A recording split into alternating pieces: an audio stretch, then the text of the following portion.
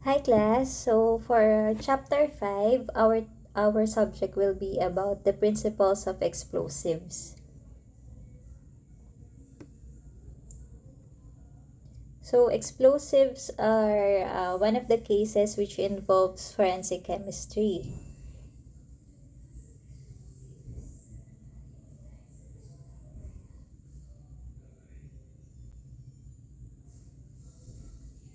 So let's define explosives.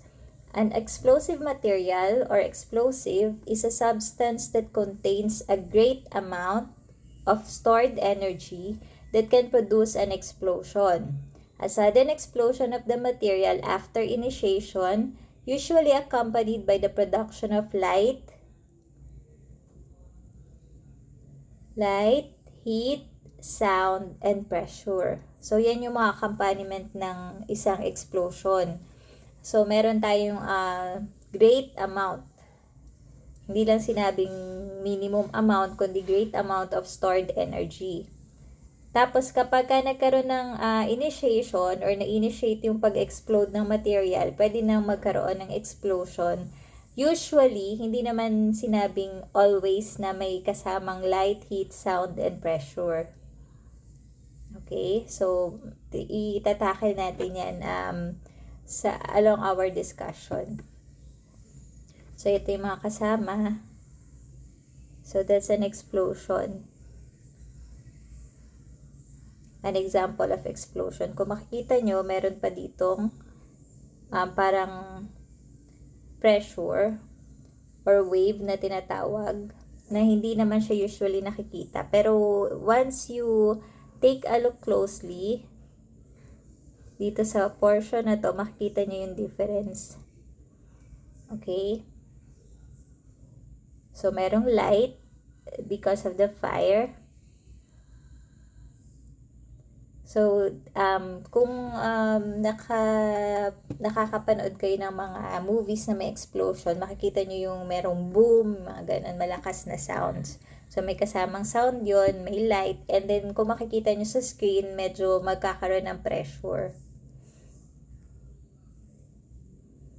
So, we will discuss about the categories of explosives. First is according to the velocity of reaction involved. Gaano ba kabilis yung reaction na involved dun sa mga explosives or explosive material natin. So we have high explosives which have the detonating charge, and then we have low explosives which include propellants. So for high explosives, the speed of its detonation, kasi velocity yung pinag-uusapan natin, so included dyan yung speed. So, yung speed ng detonation wave is equal to 1,000 meter per second. And the pressure is equal to thousands of atmosphere. So, mataas yung pressure nito. And then, such intensity can break a material into fragments long before its opportunity to move away. So, before pa material yung sabi dito, so, pwede rin na yung persons. For example, merong hindi natin alam may explosive sa tabi natin which is made of high explosives. And then, before pa tayo makareact or kahit na medyo nakalayo tayo ng konti, may masyadong malakas yung intensity nito para ma-break yung material into fragments, even yung body ng isang person, isa or maraming persons, before they have the opportunity na makalayo. So, very dangerous yung high explosives. So, kanina sinabi natin na merong detonation sa high explosives. So, detonation involves a supersonic exothermic front accelerating through a medium that eventually drives a shock front propagating directly in front of it. So, meron tayong supersonic, ibig sabihin sobrang lakas niyan, and then exothermic, nagre-release ng heat and energy sa surroundings. Kaya exothermic ang tawag dyan. So, nag-accelerate siya through a medium. So, meron siyang lalagyan, yun yung tinatawag na medium, and then nagkakaroon ng shock front propagating sa harap nun. Yung parang nagkakaroon ng improvement, parang ganun, or development dun sa explosion. Detonate means to explode or cause to explode.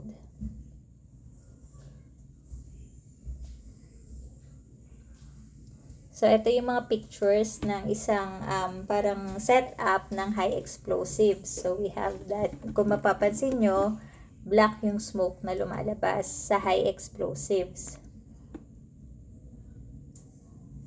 So, this is the initial observation using high explosive ingredients. Yung black smoke, that is due to hydrocarbons.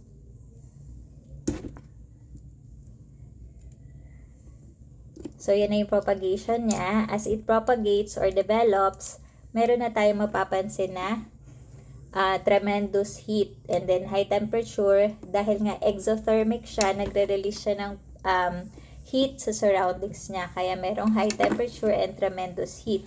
Kung mapapansin nyo, may light din because of the heat.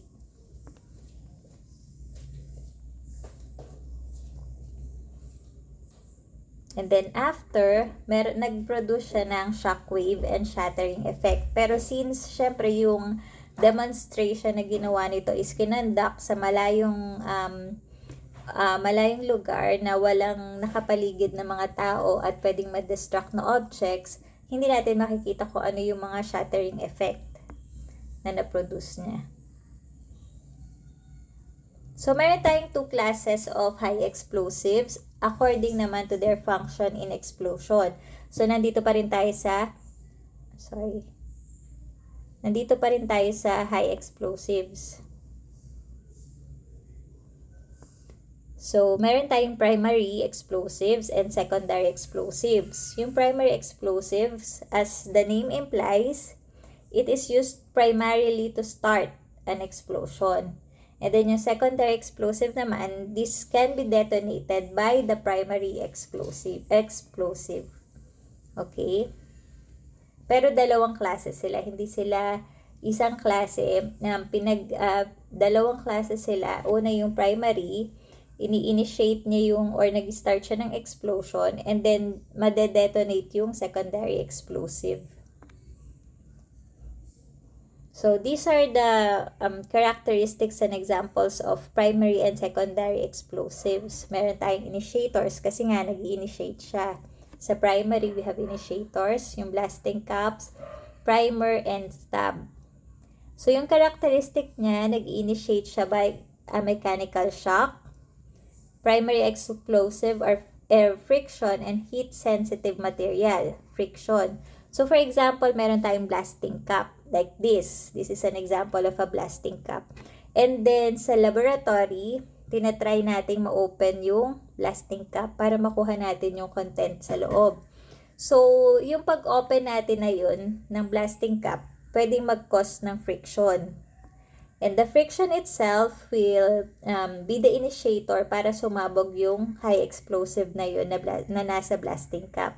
So, that is the reason why sa laboratory, naging SOP na hindi nag-a-accept ng unopened blasting cap or yung hindi na-detonate ng EOD. Kasi nagkaroon ng instance sa crime laboratory na ina-examine lang or hinahandle lang yung blasting caps, nagkaroon na ng explosion.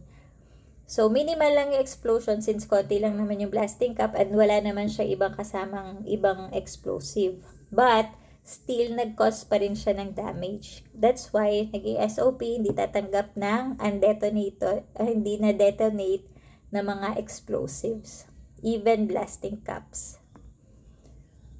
Okay, it is readily ignited when contact with flame or sparks. So, yung secondary explosives naman, the examples are the main charge and the boosters. So, this can be initiated by a primary explosive. So, yan pa. And then, these are very stable and not sensitive to friction and heat. So, yung secondary explosive, hindi naman siya ganun ka-sensitive. But still, kapag merong primary explosive na malapit sa kanya at na-initiate, for example, ng friction, yung blasting cap, may katabi na main charge, pwede niyang ma-initiate yung explosion ng secondary explosive. That's why very delicate yung pag-handle ng explosive ingredients, and explosive materials.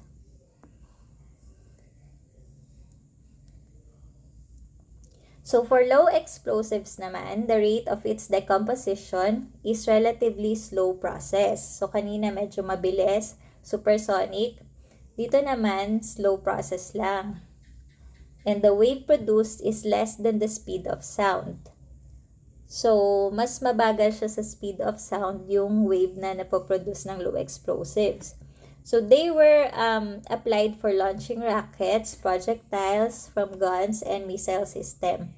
So, ginagamit yung low explosives sa mga firearms, mga ganyan. Ito, projectiles for firearms or guns. Tsaka yung mga pang-military equipment. So, kung kanina sa high explosive meron tayong detonation, nagkakaroon ng detonation, sa low explosives naman, meron tayong tinatawag na deflagration. So, in Latin, de plus flagrare is to burn down. This is a technical term describing subsonic combustion. So, ito sub. Yung kanina sa high explosive ay super. While sa low explosive, sub siya. Subsonic combustion that usually propagates through thermal conductivity. Thermal conductivity is hot burning material hits the next layer of cold material and ignites it. For example, para lang tong sa kung nagluluto tayo sa pot, kapag since hot yung nasa pot natin from the flame, kapag dinikit natin to sa isang cold material, for example, after natin tinanggal siya sa stove, dinikit natin sa isang cold material, thermal conductivity will be conducted kapag for example, tinabi natin sa isang knife. Nandito yung knife. Cold yung knife dahil nasa lapag lang siya nung sink natin. And then, tinabi natin tong hot pot sa cold na knife, magkakaroon siya ng thermal conductivity. So, ita-transfer ng hot pot natin yung heat papunta dun sa knife natin, which will, ito, ang mangyayari sa knife natin, maiinitan din siya. So, iinit din siya, but not to the point na may ignite siya. Ito lang yung example natin ng thermal conductivity. Okay? So, the chemistry, the action of heating a substance until it burns away rapidly. Ito yung chemistry ng thermal conductivity and ng low explosives. So, kung kanina meron tayong primary explosive and secondary explosive for the high explosives, meron din naman tayong classes ng low explosive. So, we have primer, igniter, and propellant. Usually, makikita to sa mechanism ng isang firearms.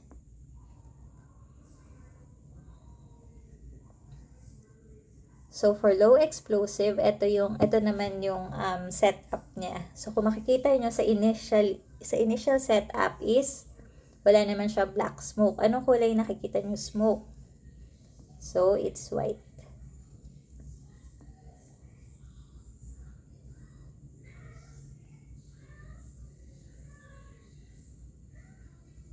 And then, yan na yung propagation. White smoke ang lumalabas sa kanya, hindi black. So, that's the difference because deflagration ang nangyayari sa using low explosives.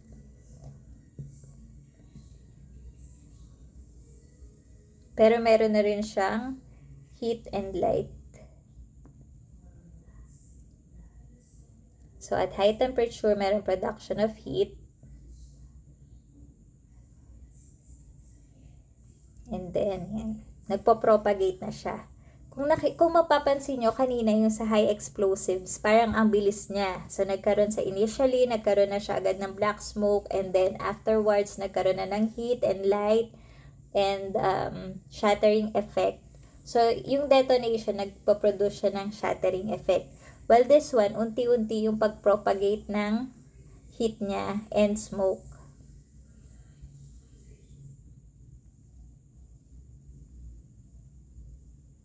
So, yan. Hanggang sa tumatagal na nagpo-produce ng heat.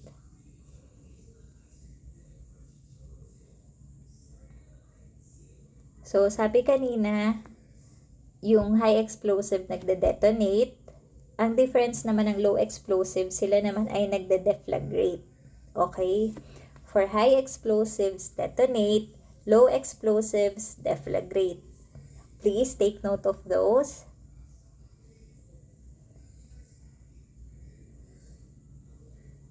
So, ito yung ma-observe natin after the explosion using low explosives. Yan. So, medyo hindi siya ganun kaitim katulad sa high explosives. So, we have another category of explosives. Now naman, punta tayo dun sa according to their chemical structure. So, we have organic explosives. These are containing nitrogen or nitro-containing organic compounds. So, we have carbon-nitro group. Yung C natin is carbon. Nitro is NO2. And then, we have the nitrate ester. This is, yung ester natin is C double bond.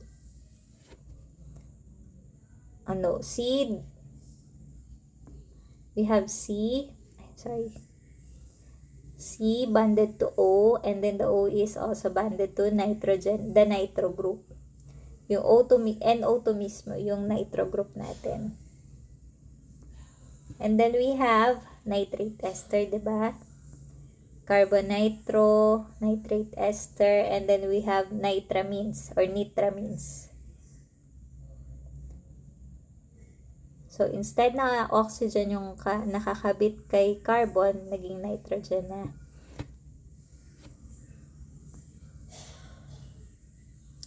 So, that is organic. Now, meron din tayong inorganic naman. So, these are inorganic explosives. So, ito inorganic. Ibig sabihin, hindi siya organic. Yung kanina organic. Ito naman inorganic explosives. These are the salts and other miscellaneous inorganic explosives. The following are the decomposition product of explosive reaction that can be used as fingerprint structure for analysis that is responsible for sudden release of energy. So, etong mga compounds na to, inorganic explosives, sila yung ginagamit natin for examination to determine kung ano bang type ng explosives yung ginamit or yung present dun sa isang situation. So, these are the examples. We have nitrates and nitrites. Ito yung nitrates, nitrites, okay?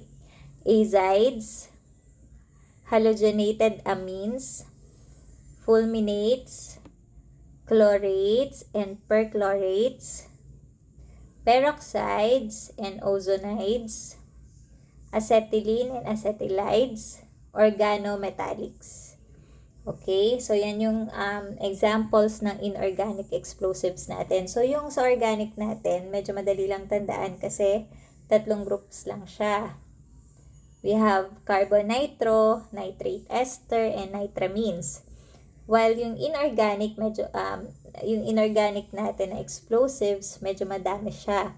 But usually, nitrates kasi yung nitrates yung na-examine din sa lab, and then the fulminates, we have mercury fulminates, mga ganun. Okay, and then amines.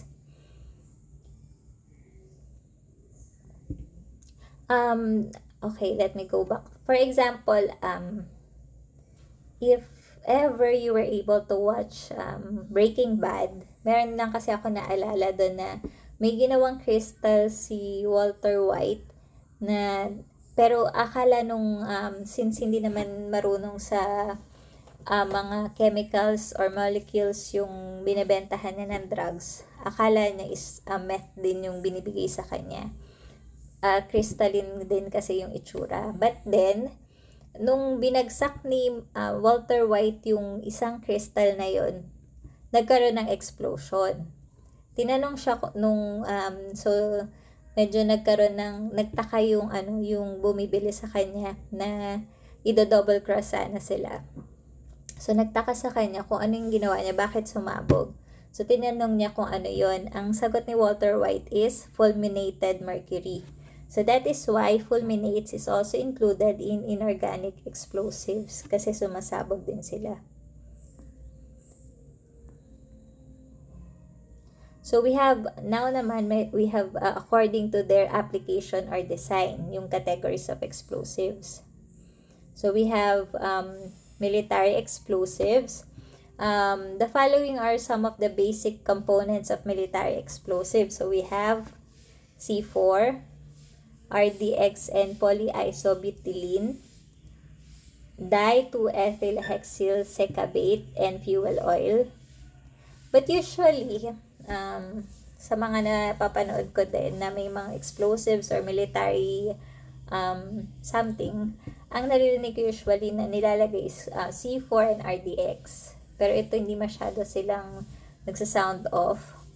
Then we have of course TNT, trinitrotoluene, 2,4,6-trinitrotoluene, and ammonium nitrate, which is pinaiksing pangalan is Amatol, which means ammonium nitrate and trinitrotoluene. And then ito RDX and TNT, TNT and ammonium picrate, TNT and aluminum. I could recall one time nag-examine ako ng explosives or explosive material. I tried testing for ammonium picrate. So, it's very interesting to test kasi nagkakaroon siya ng isa sa mga reactions niya which will give you a hint that ammonium picrate is present, yung nagkakaroon ka ng itchiness. Although, most of the chemicals will give you that feeling of irritating feeling. Kakaiba kasi yung itchiness na binibigay ng ammonium picrate. So, that's one hint na merong presence ng ammonium picrate. But still, syempre, hindi tayo magre-rely dun sa dahil lang nagkaroon ka ng itchiness. Itutuloy-tuloy pa rin yung examination para ma-confirm yung presence ng ammonium picrate. And then TNT also, examination of screening test of TNT is very interesting too kasi yung meron siyang color reaction na maganda yung result, actually maganda yung kulay because wine red yung kulay. So kung makikita nyo parang yung mga wine siya na red yung kulay niya, and yung consistency niya parang sa dugo yung consistency ng blood natin, yung lapat ng blood is ganun yung nakakreate kapag positive sa screening yung TNT using a certain sets of chemicals. I just want to share to you kung ano yung mga experience ko during my examinations of explosives. So, aside from that, syempre, kailangan maging careful pa din. Usually, kapag yung dinadala sa laboratory is a known sample of an explosive, for example, blasting cups, detonating cord, usually alam na kasi kung ano yung mga ingredients or substances na present. So, madali na lang examination, routine examination, and then, pwede ka na pumili ng gagamitin mong color test. But, ang mahirap kasi kapag sa isang crime scene, syempre, nagkaroon ng explosion, post-blast investigation, and then, hindi pa sure ano-ano bang explosive yung present. Anong type ba ng explosive yung ginamit, ano bang ingredients yung ginamit. So, yun yung mahirap gawin. That's why you have to do or conduct the routine screening, and then i-screen mo siya sa lahat ng possibilities. And dun ka palang magkakaroon ng idea ano ba yung present, and then isa-subject mo na for confirmatory examination. So these are the common military explosives. Of course, we know the grenades. And these have three main parts. We have the filler, the body, and the fuse assembly. So ito yung fuse assembly na very delicate kasi kapag natanggal yung fuse, yun na yung mag-start yung pagsabog ng granada. So, meron tayong filler. Ito yung nasa loob ng body ng grenade natin. The chemical or explosive substance inside the grenade body. Yung body, this provides the fragmentation. So, kapag sumabog yung isang granada, magkakaroon siya ng fragmentation. Yung minsan, yun yung nagkikreate din ng injury dun sa taong maapektuhan dahil sa mga shrapnels na tinatawag. Okay? So, yung fuse assembly naman is the heart of the grenade function to give a chain reaction of chemical, mechanical, or electrical actions. So, kapag ka natanggal yung fuse, yun na yung start ng chain reaction. Hindi naman kasi agad-agad sumasabog yung granada after matanggal yung fuse. So, naghihintay pa ng ilang seconds bago siya talaga magkaroon ng explosion. So, we have two types of grenades. Military grenades. We have MK2 and M26 fragmentation hand grenade. So, another one is fuses. This is used to initiate explosive in any warhead. So, the two types are point detonated.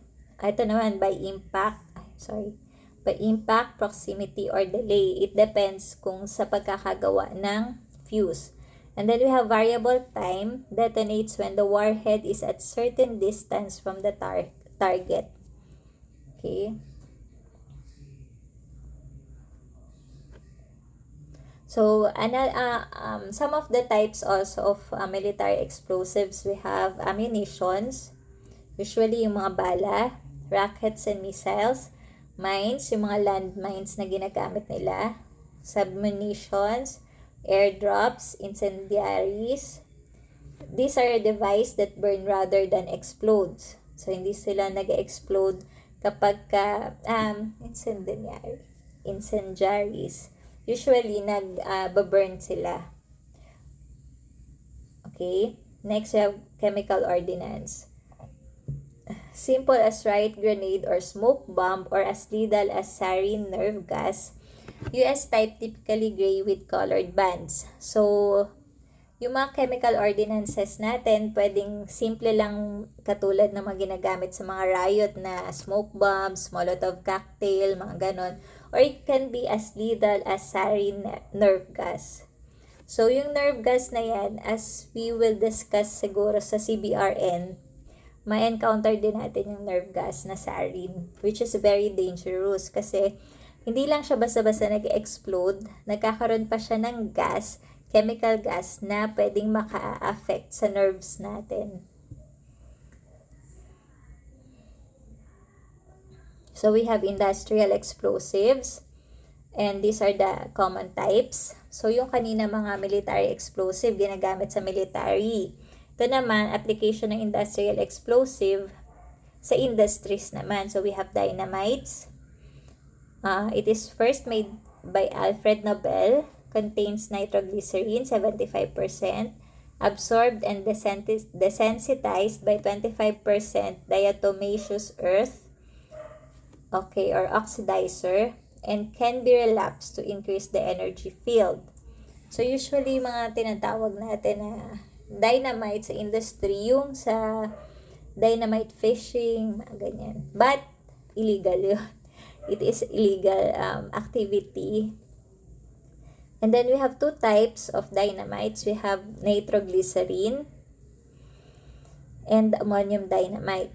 Nitroglycerin settles at the bottom of sticks, oozes out and crystallizes, causing the sticks to adhere to each other, and this is known as sweating or exudation. Yan yung characteristic ng nitroglycerin.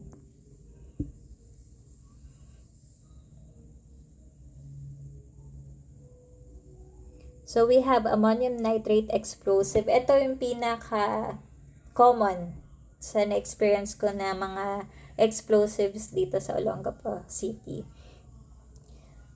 Itong ANFO.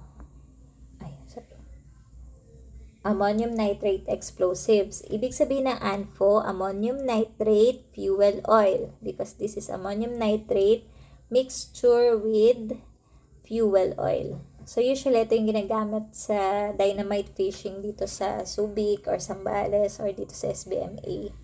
Kaya karamihan na nare-receive namin is sako-sakong ammonium nitrate. Ito kasing ammonium nitrate, ginagamit na pataba sa lupa. Okay.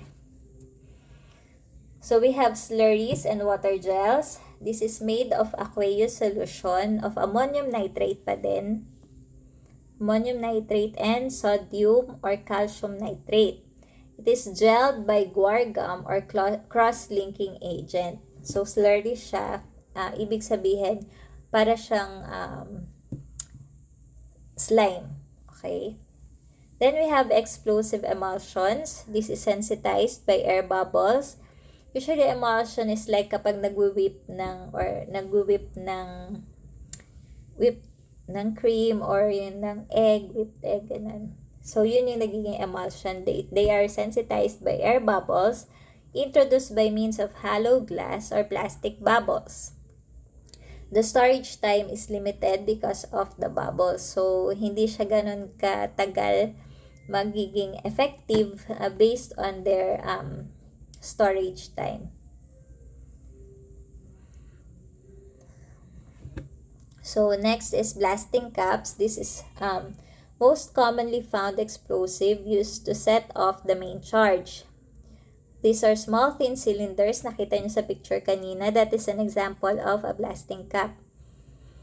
With silver and copper color, with 0.25 to 0.5 inch diameter and 2 to 6 inches in length. It contains powerful and sensitive explosive dun sa loob niya. So, ito, katulad nito, we have to focus on this. It has been said that even the heat of a person's hand can set off a blasting cap. Diba kanina sabi natin friction? So, this is an example of friction, yung heat ng hand ng tao. Kaya, while working on a blasting cap in a laboratory, even na naka-gloves ka, and then you're applying some kind of friction, unknowingly or hindi naman talaga mo sinasadya, it can set off a blasting cap. That is why to be more careful, naging SOP na ulit, again, ulitin ko na naman na hindi nagre-receive ng undetonated na blasting caps or any other explosive na hindi dumaan sa EOD. Okay, yung EOD is the Explosive Ordnance Division. Sila yung nag-handle, very well equipped, well trained sa pag-handle ng mga explosives and explosive materials. So, safety fuse, this is a time-delaying device, much like a firecracker fuse. So, it has a black powder core and a waterproof jacket or solid striped colors. This is similar in appearance with detonating cords. So, next is yung detonating cords naman. Usually has a white exterior and it contains PETN. So, PETN is an explosive ingredient. Polyethylene, trinitro, something. Okay, yun yung PETN. This is used to set off multiple charges simultaneously. So, usually, yung blasting cap, which is the initiator, may nakakabit sa kanya na detonating cord. And then, may booster lang na kinakabitan. Okay? So, then we have blasting agents. This is combination of fuel and oxidants such as fuel oil and ammonium nitrate. The color ranges from brown to bright pink due to the fuel added. It requires booster since they were unconfined and cannot be set off by blasting caps. So, they were used in New York World Trade Center and Oklahoma City bombings. So, yung mga blasting agents na yan.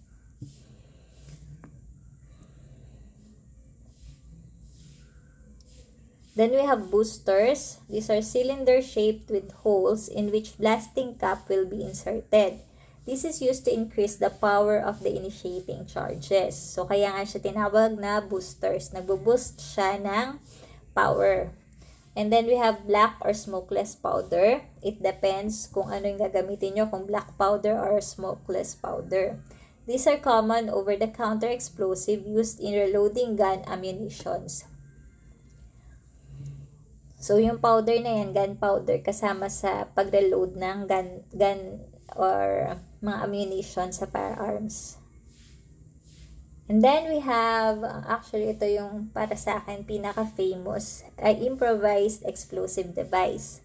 So these are homemade or improvised explosives, and the basic component includes, ito yung basic components niya, PICE, which represents P for power, power source, I is for initiator, I for explosive, and S is for the switch. Usually, sa mga terrorism na palabas, usually ginagamit is improvised explosive devices.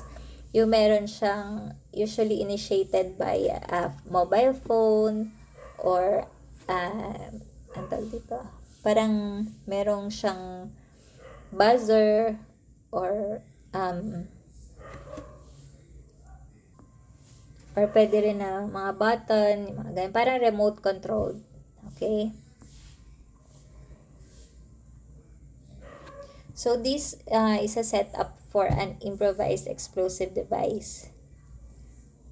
This is often used in unconventional warfares like terrorism nga. Kasi pwedeng wala na yung tao na nag-iwan ng explosive, nakalayo na siya, and then after some time, kung kailan niya meron siyang target time and time na para pindutin yung switch, parang ganun. So this typically consists of an explosive charge, a detonator, and an initiation system. So this is an example, yung setup, kung makikita nyo. May mga batteries, may mga wires, and then remote controls. And then, syempre, meron silang notes dito na according to the delay. So, those are the components. We have the power source, initiator, explosives, and the switch. So, stands for PICE. Okay. IED is short for improvised explosive device. So, kahit ganito lang kaliit, considered siya as an IED.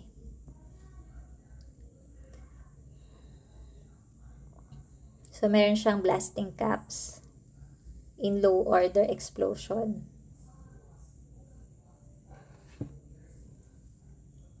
Then, yan naman usually sa mga vest ng mga suicide bombers, makikita. Ito, Eton bomber. That is an example of an IED. So, 13 pipes nakalagay na bombs doon sa vest ng isang bomber. Usually nga yung sinabi ko kanina is yung mga suicide bomber.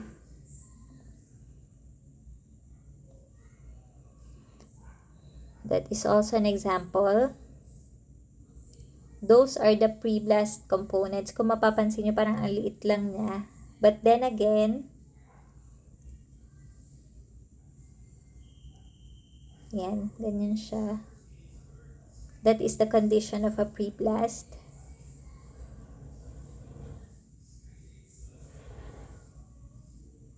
So, meron tayong booster detonating cord. Meron siyang yung, di ba nabanggit natin kanina, yung detonating cord, it consists of the PETN. So, ito na siya. Penta erythroyl trinitrate, yung PETN. Okay? PETN, trinitrate. Okay? So, that's the pre-blast condition.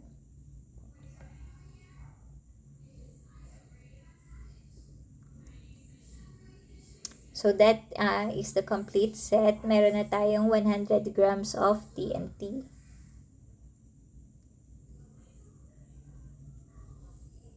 So, TNT is a high explosive. So, yun na yung condition. Kung makikita nyo, ang liit lang niya. But, kapag nag-explode na siya, pwede siyang mag-create ng ganitong effect. So, nagkakaroon ng crater. Ito yung tinatawag natin na crater of explosion or seat of explosion. Seat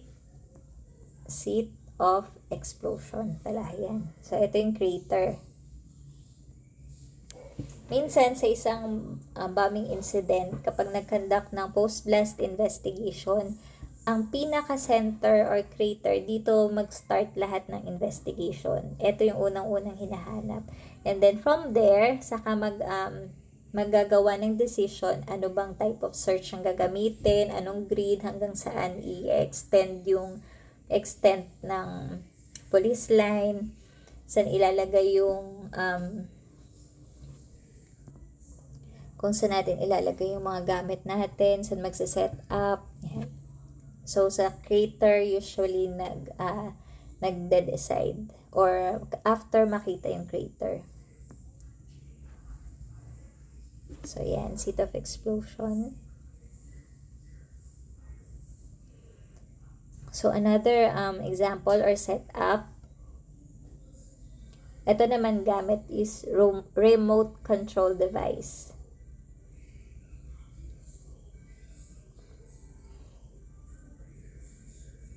So, ito na yung reconstruction ng IED. Usually, ginagawa yan ng mga EOD.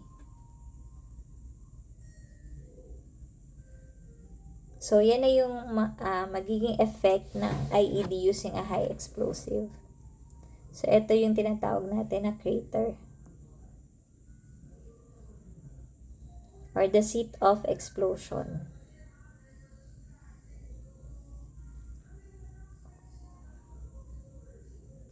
So, this is an example of a crime scene area in a post-blast investigation. For example, mayroong ini-include na victim. So, ito yung crater. Kung makikita nyo, andyan yung naka-red tag siya. And then, syempre, hahanapin natin yung mga fragments or nag-cause ng fragmentation. Then, hahanapin natin yung mga components. Bakit natin kailangang i-collect lahat ng possible fragments na makikita natin? Because of the reconstruction. Kailangan ma-reconstruct kung anong type ng IED yung ginamit sa explosion. That is why collection is also very important.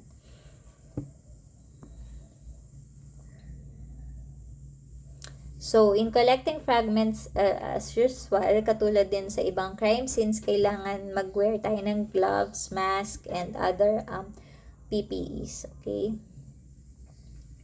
So, next category is according to their application or design. So, meron tayong explosive with designed with limited use only. Kaya lang, they are all in the past and considered obsolete na. Hindi na siya ginagamit. So, for example, is a novel energetic explosive, the carboxylic polynitro-cage compounds. These are molecules with compact, closed, three-dimensional cage-type skeletal frames whose faces consist of rings of carbon atoms, and the detonation pressure increases as the square of its density increases. So, these are all obsolete na. But then, we have to discuss this also para makita nyo kung ano yung iba pang type ng explosive according to their application or the design. So, ito, three-dimensional. Tapos, merong mga carbon atoms. Cage type siya. Parang pinagkabit-kabit na carbon atoms. So, let's proceed with explosions. Explosion, the definition is a violent bursting or expansion caused by the release of mechanical, chemical, or nuclear energy from a confined area. Confined area, for example, a grenade, or yung mga pinaglalagyan sa kanila. That's a confined area. So, this is a phenomenon resulting from a sudden release of energy, and it happens so rapidly that a local accumulation of energy occurs at the site of explosion. moving outward in various ways. So, nag-start siya syempre, for example, andito yung explosive natin, dito mag-start yung explosion. This is the site of explosion na tinatawag. And then, post-blast, so pre-blast site of explosion siya. But post-blast, this is already called the seat of explosion or the crater. So, from there, pwede siyang mag-propagate outwards in various ways. It depends on the type of explosive na ginamit. So, on the other hand, implosion naman. What is an implosion? This is a similar phenomenon except that the energy release is initially directed inward. So, implosion, paloob naman siya. Paloob yung energy initially, and then, afterwards, magkakaroon na siya na. So, implosion yan. Yung energy release is initially directed inward. And then, initially, kaya may nakalagay initially, kasi afterwards, mag-explode din siya. Okay.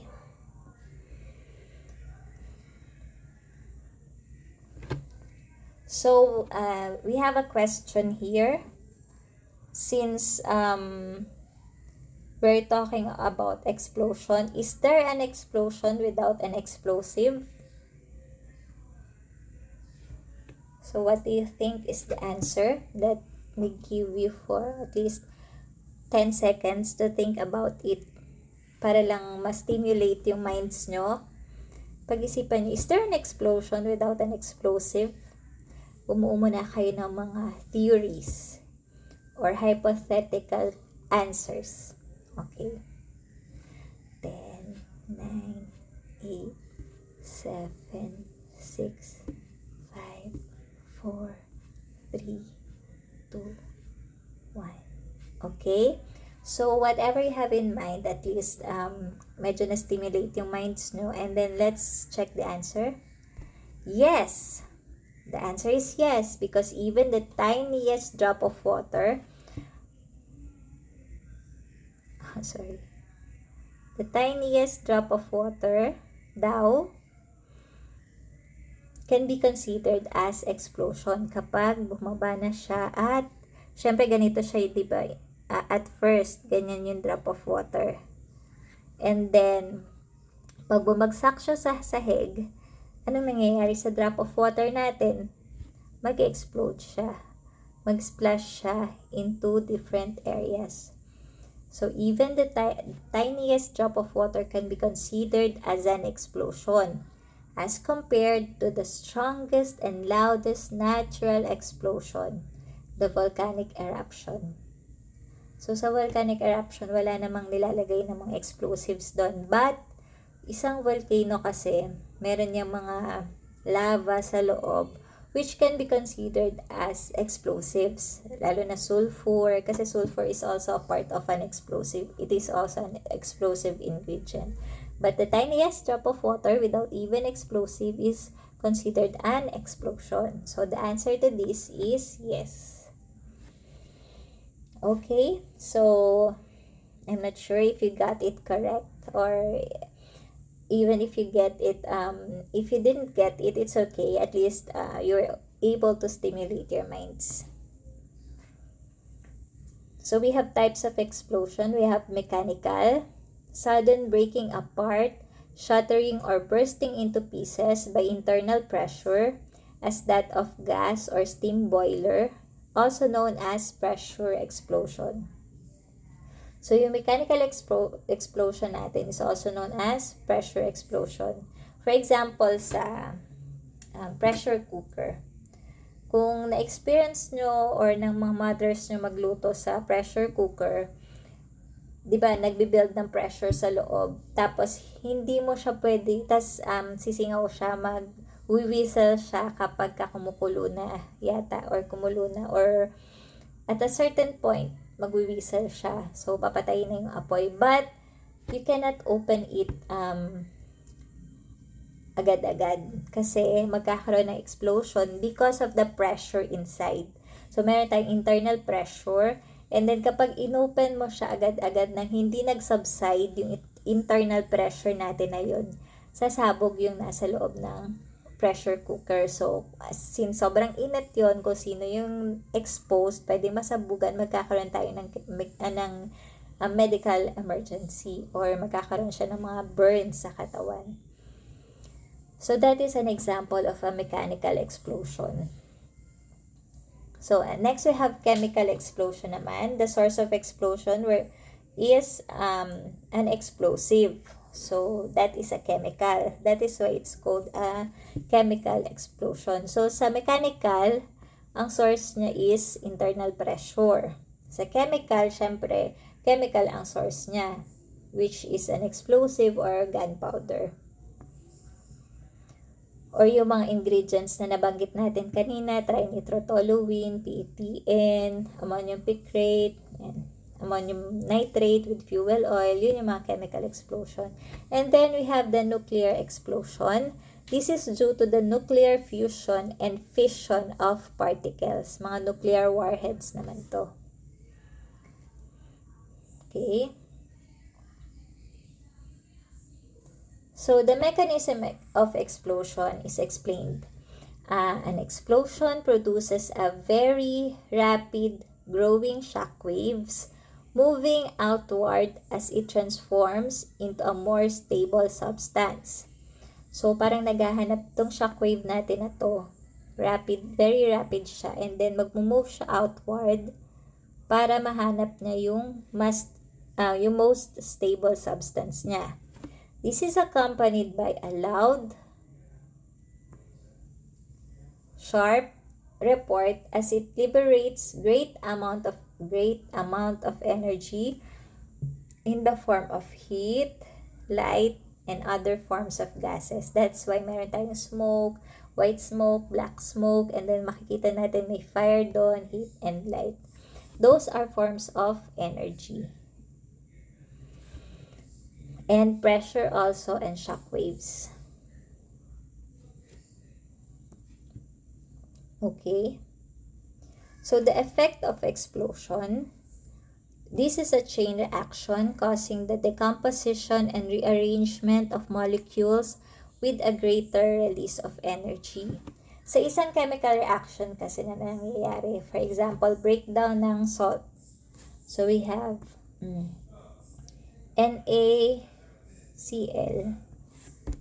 Ma-breakdown siya into two components kung ano yung initial ions na present. So we have sodium positive plus Cl negative. So na-breakdown siya. Nagkaroon tayo ng chemical reaction. So sa chemical reaction natin, every chemical reaction na nangyayari, nagkakaroon tayo ng release of energy. So sa mga ganito, nagkakaroon ng release of energy, but very minimal. Halos hindi natin mararamdaman. But then, sa isang explosion, it has a greater release of energy with the rearrangement of molecules inside. It's either decomposition or rearrangement. Decomposition reaction is an example or way of reaction mechanism, as well as the rearrangement of molecules. If you can recall sa general chemistry natin, di ba isa yan sa types of chemical reaction? Addition, substitution, decomposition, reactions. So, nagre-release siya ng energy. But in an explosion, the chain reaction of decomposition or rearrangement of molecules, nagre-release siya ng greater amount of energy. That's why merong in the form of heat, light, or pressure. Okay.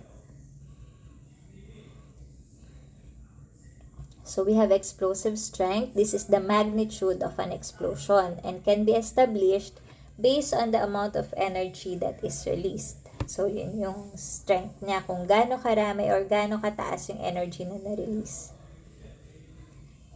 So the absolute measure of explosion size is determined in terms of the energy released by exploding, for example, TNT or 246 trinitrotoluene. So, ano ba yung 246 na to? Kasi nakalagay dito, trinitro. So, tatlo yung nitro niya. Ano yung nitro natin? NO2. Tapos meron tayong toluene. Ibig sabihin, toluene yung parent chain natin. If we are able to tackle naming of compounds in your general chemistry, toluene yung parent chain natin. So, yung tri, ibig sabihin tatlo. So, we have 3 nitro groups attached to the toluene. And ang specific places niya is at carbon number 2, carbon number 4, and carbon number 6. That is why the name from the IUPAC naming of compounds, ang name ng TNT natin is trinitro 2,4,6. So, kailangan specify yung places nila. 2,4,6, tri, which means tatlo, nitro, the nitro group yung attached in the parent chain toluene. Okay, so that's why we have 2,4,6 trinitrotoluene or TNT. But I want you to take note of this name, IUPAC name for that TNT, which is 2,4,6 trinitrotoluene. Okay, please take note of that. So it is selected because chemically pure TNT is available. Explosion of a 1 gram of TNT or trinitrotoluene can generate 1120 calories or 1,120 calories of energy in its blast wave. So, pwede tayo mag-compute dyan ng explosive strength. Kung ang ginamit is 1 gram equivalent to 1120. What about kung 10 grams ang ginamit? 10 grams of TNT. So, gaano karami yung calories ng blast wave niya? So, from this, 1 gram of TNT equals 1,120 calories of energy. Makocompute natin kung ilang energy yung makoconsume using 10 grams of TNT. So, ilan? Sa tingin nyo? So, itong 1120 times 10 lang siya, which is 11,200 calories. Okay? So, that is the measure of explosion size. But, hindi naman namin siya minimeasure yung explosion size mismo kasi mahirap nang i-determine gaano ba karami yung ginamit na for example, or kung TNT pa yung ginamit. Hindi na natin ma-determine yan unless, di ba, magkakandak tayo ng examinations, magkakaroon tayo ng ano-ano bang explosive material yung present, but not kung gaano sila kadami initially, okay?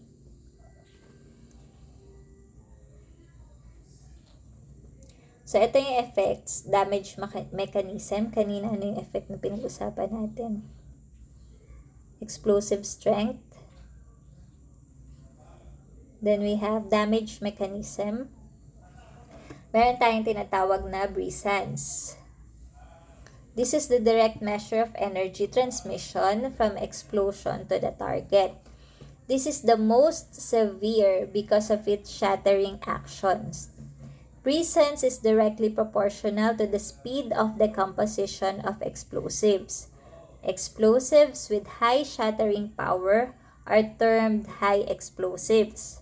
The brisance effect of deflagrating materials is relatively small.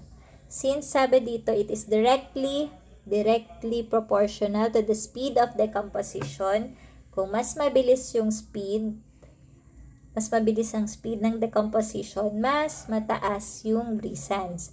Kung directly proportional sila, pareho sila. Kung mataas, mataas pareho. Kung mababa, parehong mababa. Like in deflagrating materials because they are low explosives, diba? So, ibig sabihin, mababa yung shattering effect niya. Kasi nga, nagde-deflagrate lang siya instead of detonate. So, kung low explosive, mababa ang brisance niya. Okay, kung high explosives, mataas ang brisance.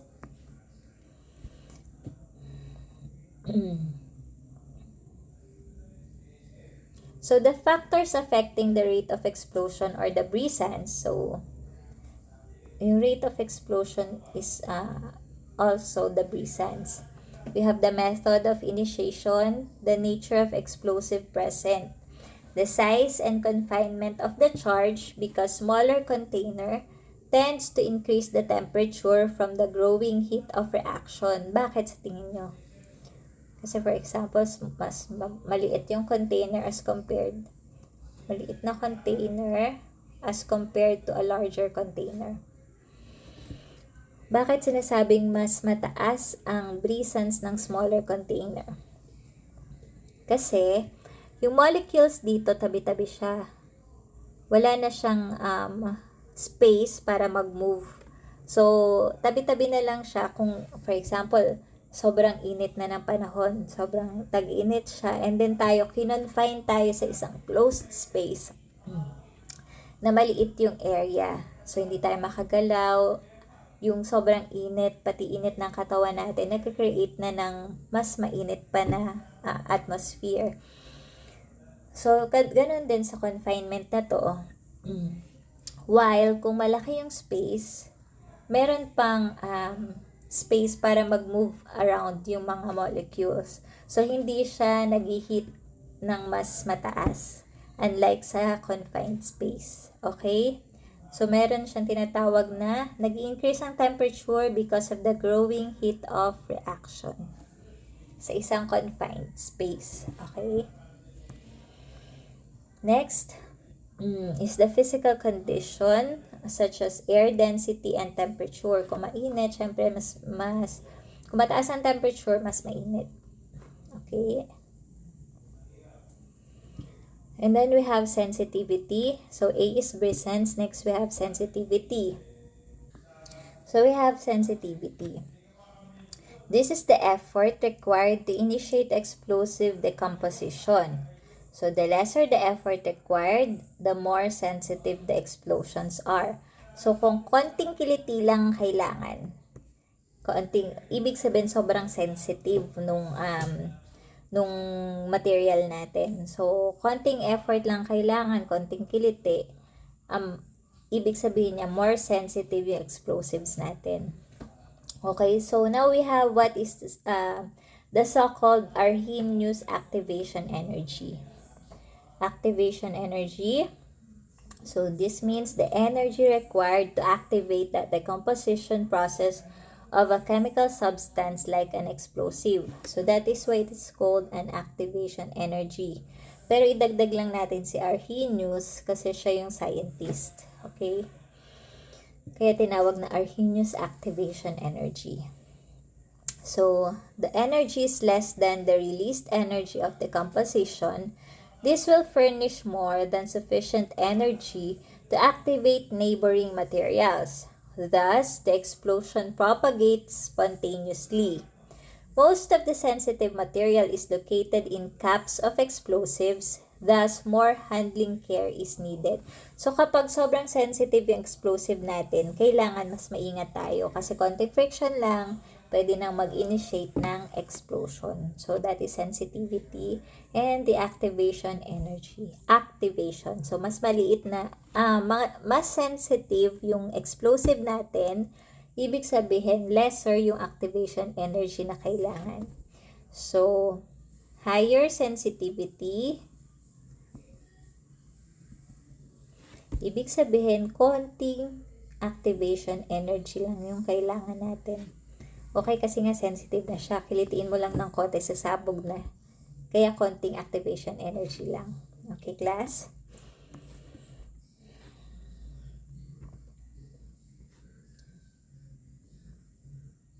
So then we have a shock wave or pressure wave. This is the damage produced depending on the location of explosion.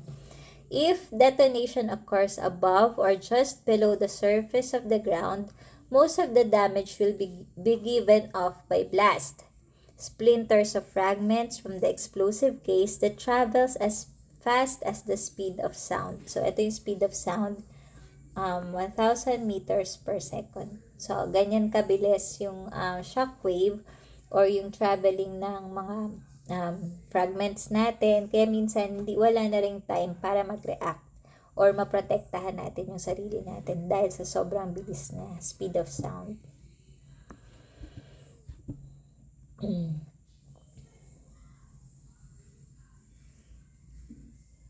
So next we have three phases of shock wave. We have the blast wave. This is positive pressure phase generated when the atmosphere surrounding the explosion is forcibly pushed back. So that is blast wave. Then we have the negative pressure phase or the suction. This occurs when the compressed, displaced atmosphere rushes back to fill the partial vacuum just created. So, sa blast wave, positive pressure. So, for example, ito yung explosive natin, nandito sa gitna. Blast wave yung palabas na ganyan, pushed back yung explosion natin sa atmosphere. But then, meron siyang tinatawag naman na suction. So, after na magkakaroon kasi ng void dito eh. Kapag ka nagkaroon ng biglang release of energy outwards, magkakaroon ng void dun sa pinanggalingan ng energy. So, yung suction naman, if-feel niya naman yung void na yon or vacuum. So, pabalik naman siya, babalik rin yung pressure, magkakaroon ng shockwave pabalik. Kung mapapansin nyo, parang sa for example, sa waves, kung nakapunta kayo sa dagat na may malakas na waves, so from after kayong dalhin sa, ibalik dun sa pampang or sa shore, feeling nyo, di ba, parang dinala kayo pa backwards and then dadalhin kayo ulit forwards. So, this is the blast wave and then the suction. Okay? So, blast wave, pushed back, and then the suction, inwards ulit. Okay? Magra-rush siya kasi meron ditong vacuum na na-create. That is the reason why ganyan yung waves natin. That is why it's called a shock wave. Okay, next we have the overpressure. This is positive. So, kung ito, positive pressure din yung overpressure natin, which will cause the body to sustain physical damage. So, damage from overpressure reduces with the distance from the explosive. So, yung damage ng overpressure, medyo lumiliit siya habang lumalayo tayo dun sa explosive. Kasi hindi na tayo halos maabot ng overpressure. So, merong property of yung shockwave na tinatawag natin na freak effect. This is the funneling to a confined area. So, that is one of the properties of a shockwave.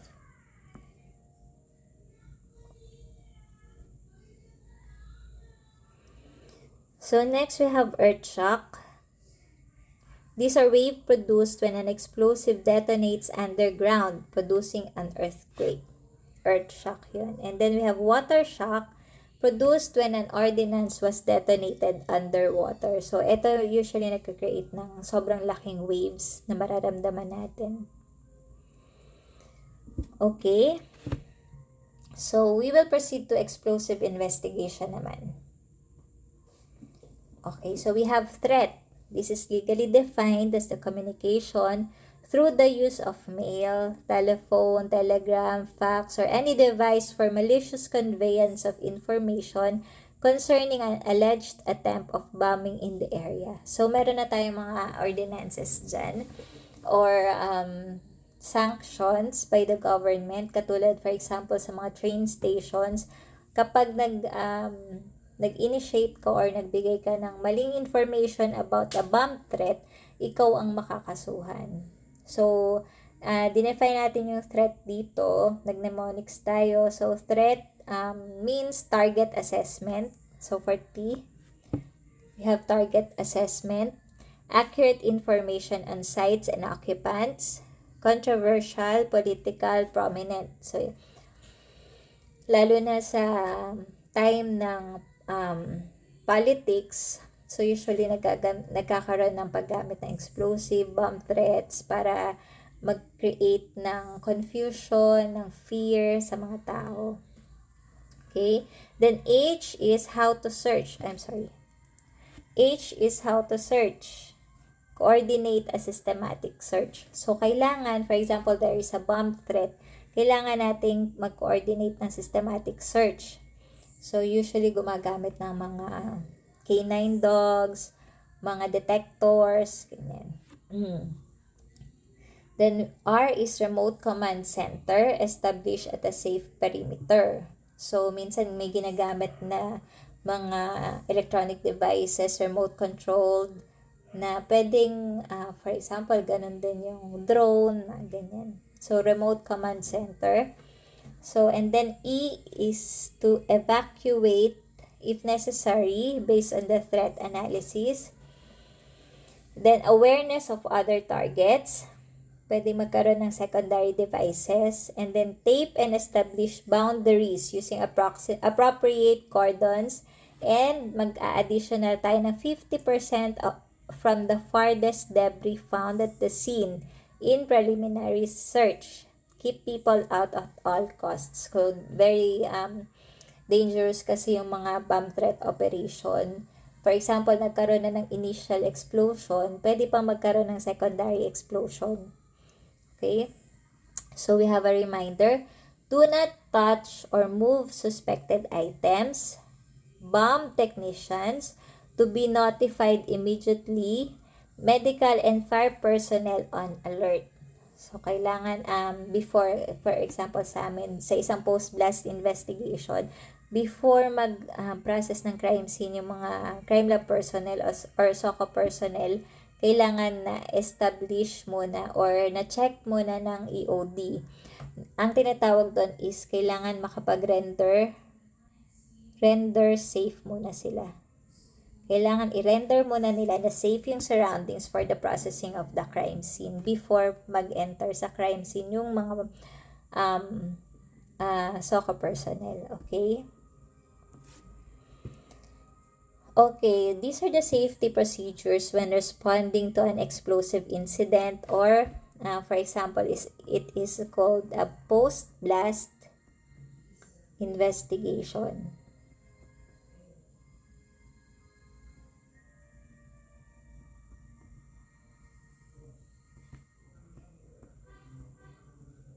Okay. So, these are the precautions or safety procedures, So, don't use two-way radios, radar, or television transmitting device within 500 feet. Bakit? Tingin nyo bakit? Kasi yung mga radiation niyan, pwedeng makatrigger ng initiators at pwedeng mag-create ng secondary explosion. So, this includes mobile data terminals, katulad yung sa mga EPS natin, yung mga nasa likod nila, mga data terminals, and cellular phones, electromagnetic radiation. The electromagnetic radiation, given off by these devices can detonate the item. So, ganyan din yung reason kung bakit sabi sa mga gas stations, do not use mobile phones kasi lalo na nag-emit ng electromagnetic radiation. So, we have the next is to notify the proper authorities like BFP, the police, and of course, the EOD. We have to clear and control the area. The size and type of explosion, terrain, shielding, and other factors will determine the area to be controlled. So, this is a case-to-case basis also. And then stage emergency medical services, of course, fire and police units outside the control unit. Bakit ba sila control point? Why outside? Because this is to avoid cross-contamination. Merong incident sa Manila, I guess yung sa Glorieta yun, nagkaroon ng bombing incident doon or explosion incident. So, nagkaroon na ng cross-contamination, di na halos ma-determine ano ba yung talaga yung present na, kung meron bang presence talaga ng explosive material dun sa lugar. Then, in fact, it turned out na gas leak yung naging cause ng explosion, not actually an explosive material, so it's not an act of terrorism. But then, nagkaroon ng cross-contamination. So, that is why very important na create na lang ng swabbing. Iso-swab first yung personnel before pumasok dun sa area. isuswab siya for the possible presence kasi lalo na yung mga crime lab personnel kagagaling sa laboratory, nag-examine ng explosive, pwedeng kumapit din sa mga damit nila, sa mga kamay nila, yung mga explosive ingredients na ina-examine nila. And then, since kulang yung personnel, pupunta pa rin sa crime scene, magpa-process pa din ng crime scene, hindi nila alam na nagulo yung examination or investigation dahil dun sa dala-dala nilang chemicals. Wala naman pala talagang presence ng explosive dun, kundi gas leak lang. And then, sa kanila pala galing yung explosives. That's why, nagkakaroon ng swabbing before entering the area. Isuswab muna sila para malaman kung may presence ba ng explosive material bago sila pumasok sa area. And then, after swabbing, meron pang decontamination area. So, yan yung parang isha-shower sila with all the PPEs. Nag-wear silang PPE, isha-shower sila para ma-wash out kung ano mang chemicals yung present sa katawan nila. And then that's the time na pwede na silang pumasok dun sa scene of the crime. Okay? So that is what is so-called cross-contamination. Then, do not approach the suspected explosives. It may have motion-sensitive or acoustic fuses that function when disturbed or sense target. So, you have to use binoculars to observe the area first. So, meron dyan kasi yung kung mga nakakapanood kayo na hindi siya, for example, nilagay sa brakes ng sasakyan. Hindi siya pwedeng tumapak sa brakes dahil yun yung makapag initiate ng explosive, or nakaupo siya which is weight sensitive yung explosive. Kapag na-initiate ng weight niya, pag nawala yung weight na yun, for example tumayo siya, doon mai-initiate yung explosive. Marami na akong napanood na ganyan na hindi ako pwedeng tumayo kasi sasabog, mga ganyan. So ang ginagawa, kailangan i-assess mabuti. So assessment, very important.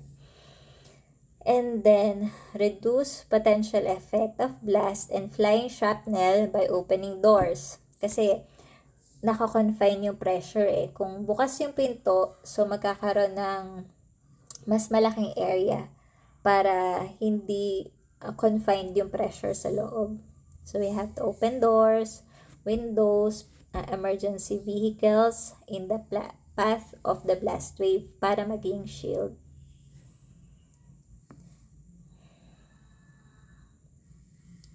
Okay, let's proceed now to the scene examination. Ano-ano bang evidence yung kailangang i-collect?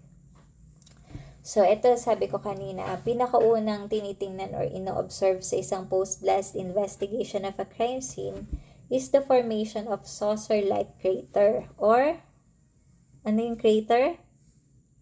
The seat of explosion. The presence of fragments and furrow lines, striation marks, ripped through grasses by flying fragments. So, check natin yan. The blast, suction, and fragment damage to nearby structures and vegetation. Characteristic smell of burned explosives closest to the crater. So, minsan kasi nagbibigay ng characteristic smell like sulfur. And then the blackening of earth in the crater, which indicates a carbon deposit. So, black smoke kasi siya. So, yung scene of operation natin, we have to scene. S-C-E-N-E. So, S is to seal off the area and save the crime scene. Command center must be established in a safe area. Hindi naman kinakailangan sobrang lapit doon. Kailangan safe area. And then, mandatory control point for personnel and evidence. Yung control point na yan para sa swabbing and decontamination. So, decontamination also. Okay, swabbing and decontamination should be done for coming in and out of the crime scene for personnel. And then, yung injured, we have to evacuate. Of course, very important. Pero yung mga patay na obviously dead, iwanan na dun sa crime scene. And then we have no unnecessary disruption of bombing crime scene by investigative personnel. Kasi sobrang important yung bawat second na nandun tayo sa loob ng isang post-blast investigation scene.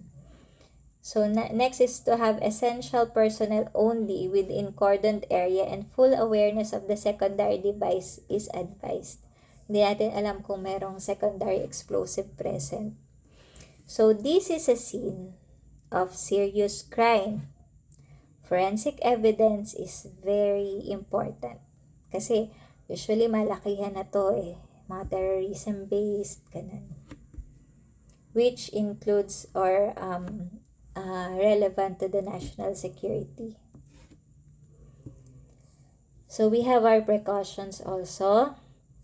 Strict observance of the basic safety precautions. Another precautions na naman. So nire-remind lang yung strict observation and the never divide phase of assignment. One person must be in charge at all times kasi alam niya from the start hanggang sa end. So kailangan siya yung in charge sa lahat ng oras. Determine the personnel essential on the recon site. Do not rush. So, although nagmamadali tayo makaalis dun sa crime scene, hindi tayo dapat mag-rush. So, we will do the work slowly but surely. Okay? So, do not remain in the immediate area than absolute necessary. Kung hindi na kailangan, aalis na tayo sa area. Protective clothing or PPEs. And then, in the presence of liquid droplets, dead animals, dissolved paint or painted surfaces, peculiar odors, or other than explosives, assume the presence of chemical agents. That is why you have to wear protective clothing kasi pwedeng ma-irritate yung skin mo, yung eyes mo, even yung nostrils and throat mo. So, the recovery of the bombs, if there are any, or the secondary explosive or any other explosive ingredients, leave them to the EOD personnel. So, yung chemical agents, para maiwasan, proper, ano ba yung mask na ginagamit dito? Yung mask na mayroong humidifier sa loob. Okay. So, we have selectivity and sensitivity. Ginagamit to sa mga examinations. Katulad ng nabanggit natin sa I'm not sure if it's basic concepts of forensic chemistry and in the examination of dangerous drugs. So as defined again, sensitivity, the smallest concentration where a method will give the same response with a larger concentration. Kung kahit smallest concentration ng ginamit mo, parehong ng result, nakakapagbigay ng same result, that is sensitivity. Now, selectivity is one method for one sample that can be discriminate from another. So, ibig sabihin, isang sample lang yung nagre-react ng ganon, nagbibigay ng ganong chemical reaction and result dun sa isang method na ginamit mo. So, that is selectivity. Okay? So, for laboratory identification, we have pre-blast explosives. Minsan dinadala to sa lab. Pre-blast, hindi pa siya sumasabog. And then we have post-blast explosives and yung mga ingredients na nare-recover. So, these are the types of our specimens for laboratory identification. And then we have detection of hidden explosives. Because they are sometimes improvised, hindi natin alam ano ba yung meron doon. So, they are concealed. So, it is best to devise a method that can be used to detect such explosives. So, usually sa routine examinations pa rin tayo, screening test. And then afterwards, kung may makuha tayo sa screening test, meron nag-test positive, that's the time that we can confirm our results. So, we have vapor density method sa identification. Actually, parang ano na rin to detection. So, we have vapor density method like canine dogs, trained animals. So, nakakapag-detect sila ng hidden illegal drugs and explosives. Depende yan sa training nila. Meron kasing canine dogs na trained only for explosives and trained only for illegal drugs. Hindi mo siya pwedeng i-train sa pareho. Kasi, syempre, iba yung papaamoy mo sa illegal drugs, iba yung papaamoy mo sa explosives. They are trained to sniff explosive vapor or vapor ng dangerous drugs because of their olfactory system. Olfactory system, yung nakaka-detect ng odors, smelled through the nose and interpreted in the brain as signals. Yan yung ginagamit sa vapor density ng mga trained animals. Then we have absorption and pre-concentration of vapors. We have, of course, a gas chromatography, electron capture detector naman. So, gas chrom pa din ginagamit, but ang ka-partner na niya is electron capture detector, hindi na MS. It depends kung ano kasi yung ina-examine natin.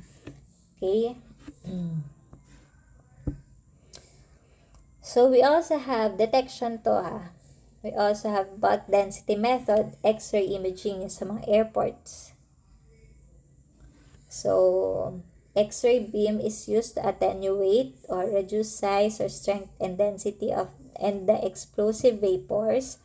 Detection indicates the extent of darker areas of the image. So, ito yung imaging niya sa X-ray. So, yung darker areas daw, pwedeng mag-indicate ng detection. Kaya kapag may nakita na nagtataka sila or parang, ang tawag dito, hindi unusual yung areas na nag-darken, ipinapa-open nila yung bags. And then, here comes the K9 unit naman, yung mga dogs natin na mag-sniff. Then we have energetic photon detection, thermal neutron activation. So, yan yung mga ways to detect the presence of explosives. Now, for our laboratory examination naman, katulad din sa drugs, we have the physical test, ocular inspection, then weighing of the specimen, and sampling also. Then sample preparation, extraction, pre-concentration, and derivatization. Katulad ng ginawa sa laboratory for in preparation for GCMS. Then we have chemical test. Color test din siya.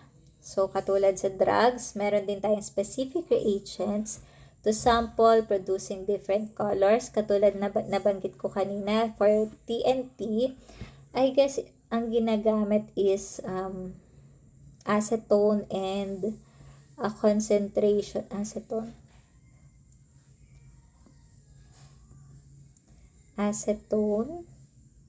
and a concentration of sodium hydroxide. I forget kung ilang normal or more molar yung concentration ng sodium hydroxide. And then kapag pinatak mo yan sa sample ng substance mo which probably contains TNT, ang sabi ko, diba, ang color na mapoproduce is wine red. Okay, very beautiful in the